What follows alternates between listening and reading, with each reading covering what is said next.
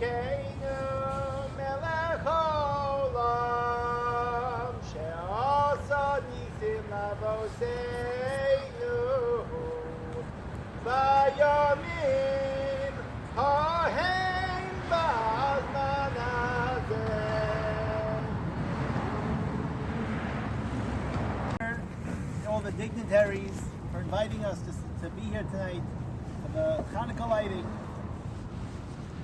As we stand here today for the official Carteret Menorah Lighting, I cannot help but remember a time going back over 40 years ago.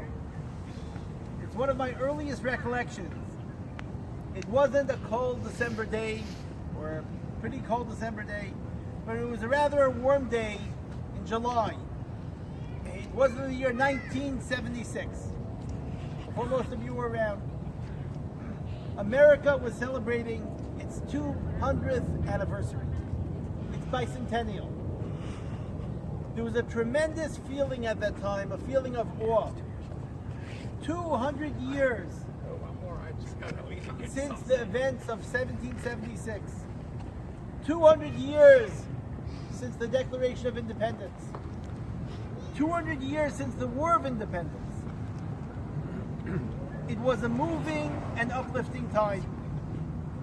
Thinking back to the founding fathers of this country and what they went through, what they sacrificed, reaffirming the ideas and ideals that they stood for. And for the Jewish people, it was a particularly special time.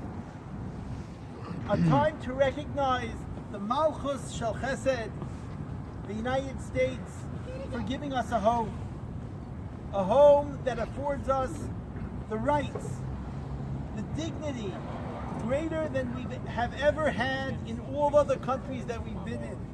But thank you anyway. In every country that we have been, we have never been given this opportunity.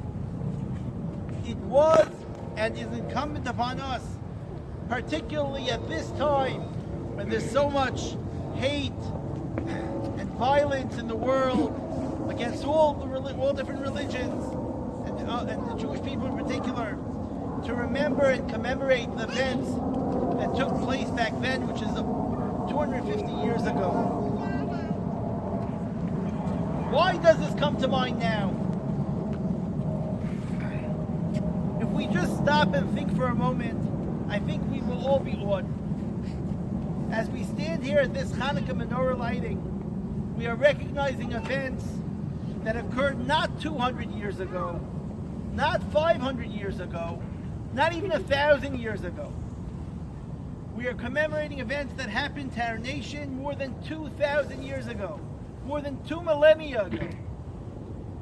We have formed and we are forming a bridge through the generations with our holy brothers and sisters that lived at that time. Each generation, by continuing this tradition, brings us in some small way closer to that glorious age. It gives us direction. It gives us strength. And this awe makes us humble. Can we live up to what they would expect from us? They sacrificed their lives in order that we could continue as a nation serving God. With our recognition of their struggle, of their commitment, comes a great, great responsibility.